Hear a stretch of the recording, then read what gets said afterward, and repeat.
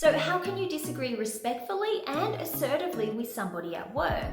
So disagreeing can be really difficult. Sometimes people disagree too aggressively, which leads to a tense discussion. Sometimes people disagree too passively, which leads to not getting your point across. The ideal way to disagree is really to disagree assertively. This allows you to be confident when you disagree, and it allows you to get your point across to the other person while keeping a positive working relationship with them. It really is the best way to disagree as an emerging leader, and basically any time in life really. So in this video, I'm going to teach you how to disagree assertively as an emerging leader. But before we get started, I'm Cara Ronan. I'm a leadership coach, and I help emerging leaders just like you build your visibility and influence as an emerging leader. I'm also a two-time best-selling Udemy course instructor for my courses Business Etiquette 101 and the Assertive Communication Skills Masterclass. I will link to them below in the description if you want to check them out. Now, on my website, I have a free download for you. It's a leadership evaluation toolkit, a 35-question self-assessment on leadership, so you can see where you stand as a leader. It's a really helpful tool, and I've had a lot of positive feedback from that. So if you want to check it out for yourself and download it, I will put the link below in the description. You will have to head over to my website, executive-impressions.com, to download it. So in this video, I'm going to get straight into disagreeing and tell you how you can disagree assertively. But before we get to that, I want to let you know last week's video, I talked about why you should disagree. So if you're a bit apprehensive about disagreeing, if you are not sure why you need to disagree assertively or disagree at all as an emerging leader, then jump back to that video and watch that so you can understand the importance of disagreeing when you are a leader. Now, the 5 tips I'm going to share with you in this video are: recognize the other person's viewpoint, ask permission to disagree, verbalize your disagreement, support your opinion with a rationale, circle back and ask for input or feedback. Now let's get started with step 1, which is recognize the other person's viewpoint. You might be surprised that this is the first step. You probably thought to yourself, well, shouldn't pushing my opinion out there be the first step in a disagreement? But it is never the first step in a disagreement. It's what most people do to sound assertive, to sound confident, and to sound strong in their opinion. And it helps them to deter any kind of comeback or conflict that it might cause in the conversation. But putting your opinion out there, or more pushing your opinion out there onto the other person, isn't the first step in disagreeing respectfully or assertively. And here is why. So in a disagreement, the other person will have their block up. They will be defensive. And if you try to push your opinion out there onto them, the only thing it's going to do is bump up against their resistance, against their attention. They are not going to be open to what you have to say, and they're not going to be willing to let you share your opinion. So the first thing that you need to do when you're in that kind of tense conversation is you need to get them to lower their defense mechanism. You need to get them to open up to hear what you have to say. And you do this by recognizing their viewpoint first. Now, how do you do this? How do you recognize their viewpoint first? Well, there are a couple of sentences that I want to share with you. Now, the first one is, tell me how you see the issue. Or, I'd like to understand your viewpoint. Could you explain that to me? Something along those lines will get that person to open up and get them open to hearing what you have to say. This is the first step in helping them bring down their defense mechanism and getting them open to what your opinion is. When you do this, it makes them feel important. It makes them feel heard. It makes them feel appreciated because they get to speak first. They get to share with you what their opinion is and what their thoughts are. And when you do this, it's a perfect way to help them relax, to help them bring down their natural defense mechanism so they are more open to hearing what you have to say and to hear what your opinion and what your viewpoint is. Step 2 is ask permission to disagree. Now, this is where you jump into the conversation, and this is where you start to share your opinion and your idea. Now, you need to start this off by saying something to the other person like, I understand where you're coming from. Are you open to hearing what I have to say? Or are you open to hearing what my thoughts are? Now, asking for permission to disagree isn't about lowering yourself or begging for the opportunity to share your opinion or share your viewpoint. It is not that at all. What it is, it's about getting buy-in from the other person. So you want the other person to buy in to the fact that you are going to share your opinion and your idea. Now, when you get them to buy into that, when you get them to say, yes, I'm willing to hear what you have to say, or yes, I want to know what you think, when they say that, they are opening themselves up to actually listening to you. And what it does for you as a speaker is it gives you the space to talk. It gives you the opportunity and the space to share your opinion and share your idea comfortably and freely with the other person. Now, I know for a lot of people who are more from the passive side of communication, or even sometimes the assertive side of communication, it can be really stressful to find the space to actually share your opinion and your idea with the other person, especially if they're an aggressive conversation partner. But by getting buy-in, getting them to say, yes, I want to hear what you think, it opens up that space and it makes it feel more comfortable for you to share your opinion and to share your idea with them. So some sentences that you can try are you open to hearing my perspective on the issue? Are you open to me sharing my viewpoint? These are great ways to transition into your disagreement, or to transition into you sharing your opinions and your ideas. Now, the one thing I don't want you to say or ask is, can I talk now? You know, this is an aggressive way of dealing with a disagreement, and it's only going to make the other person put up their defense mechanism again and not want to listen to what you have to say.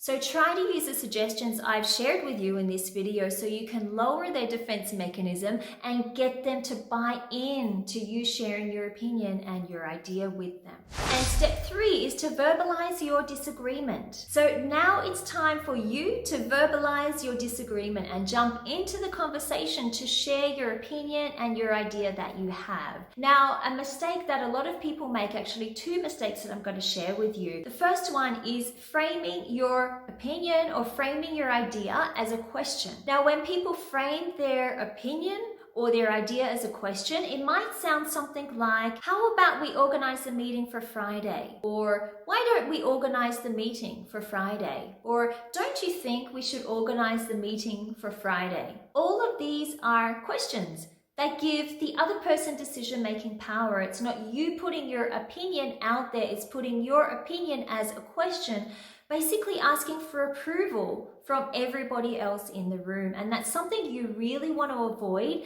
as an emerging leader. Now, the second mistake that people make is using a third person to own their opinion or own their idea. Now, an example of this would be, Bob thinks we should schedule the meeting for Friday. Okay, so using a third person, using somebody else other than you to own that opinion, to own that idea. But the reality is, it's your opinion, it's your idea. You need to own it. It needs to be communicated as an opinion that is coming from you and only you. So I don't want you to hide behind other people by using a third person, and I don't want you to hide behind a question and attempting to get approval from other people in the room when you are trying to share your opinion and your idea in a meeting. A lot of people do this because they don't want to sound too direct.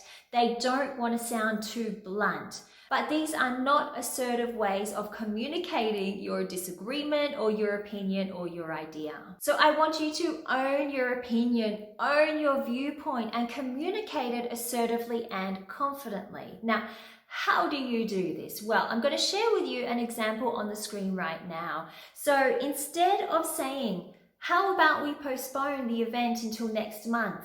Switch that around and phrase your sentence like this and say, I strongly suggest we postpone the event until next month.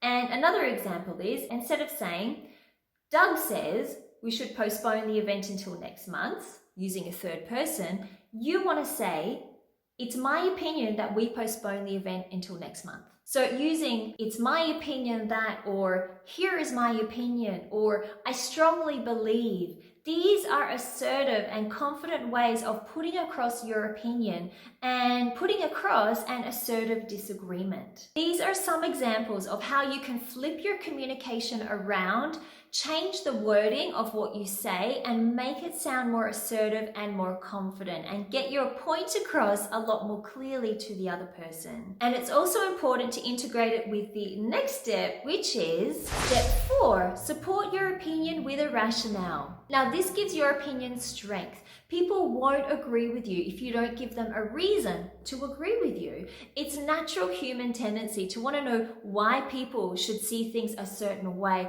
why people should agree with you, why people should think like you do. So you need to give them the why that they are looking for. You need to give them a rationale and a why that backs up your opinion. Some people try to do this by being aggressive or overly aggressive, but this isn't successful. All this does is alienate them and get the other person to put up their defense barrier again, and they won't want to listen to you. So don't try to achieve this by being aggressive in your communication, because it won't work. So using the previous example, let's look at how you can support your opinion with a rationale. I strongly suggest we postpone the event until next month because our budget is tight this month already and we don't have the money to give our guests the best experience. So in this example, I gave my opinion using I strongly suggest. So notice I didn't use wouldn't it be better if or any kind of question like that. And I didn't use the third person to back up my opinion. It was my opinion. I owned my opinion in that conversation by saying I strongly suggest or I strongly believe. And I gave a really good rationale, a really good reason why we need to postpone the event. And I said, because we don't have the budget right now and we can't give our guests the best experience. This made my opinion a lot more solid, and it would have given other people in the room more reason to agree with me because they could see where I was coming from and why I was saying what I was saying. Step 5 is to circle back and ask for feedback. So once you have finished putting across your opinion or putting across your idea,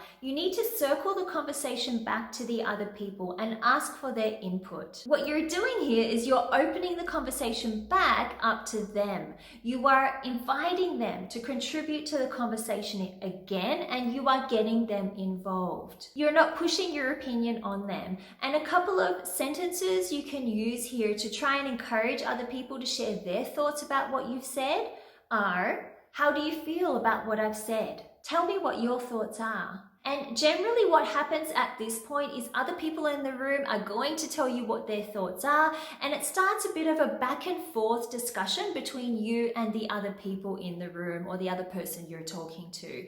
And this is exactly what you want. You want an open discussion where everybody is sharing their thoughts and their ideas, because that is what can help you come to some type of agreement or some type of solution if it's a problem that you are trying to work out in a team. Well, I hope this 5-step structure was helpful for you the next time you are faced with some kind of disagreement. You know, disagreements aren't nice. They are not comfortable, but I do guarantee that they do get easier. As you get better at them, you become more assertive at them, you have more practice, you know what to do, what to say, and they do become a lot easier for you. Don't forget to check out last week's video on why you should disagree, because that gives you some fantastic reasons to why you should disagree in a conversation.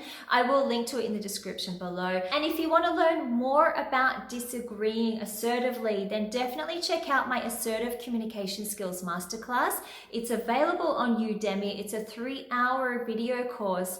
Fantastic value because you get discount coupons below if you want to check them out. But it's a 3-hour course, and one of the topics in there is all about disagreeing. We go through a lot of other topics. We start from fears about speaking up assertively, which a lot of people have and have to overcome. So we tackle that first. Then we go into how to be assertive in group conversations, how to be assertive in one-on-one conversations, body language for assertiveness to convey assertive communication. And then at the end of the course, which is the largest part of the course, we get into the verbal strategies for assertive communication. And that includes saying no, how to set boundaries, and how to disagree. That is one of the topics that we cover, and many other topics we cover in the verbal section of that course. So I will link to that course below in the comments, the Assertive Communication Skills Masterclass. I will link to it below with a discount coupon. So if you want to check it out, you can check out the preview videos and purchase it also at a significant discount. Well, thank you so much for watching this video. I really hope you enjoyed this 5-step sequence that I walked you through on how to disagree assertively. If you did like it and if you think it will help you at work or even in your personal life, let me know in the comments below. I would love to start a dialogue with you. I would love to see what you think about these 5 steps and how they can help you in your life. So let me know in the comments below. Now, if you did like this video, make sure you hit the like button. Subscribe to this channel because I release videos every week for emerging leaders. So if you don't want to miss out, subscribe and make sure you hit the notification bell as well so you get notified whenever I release those videos. Now, thank you so much for watching again. I will see you next week. I will be back with another video.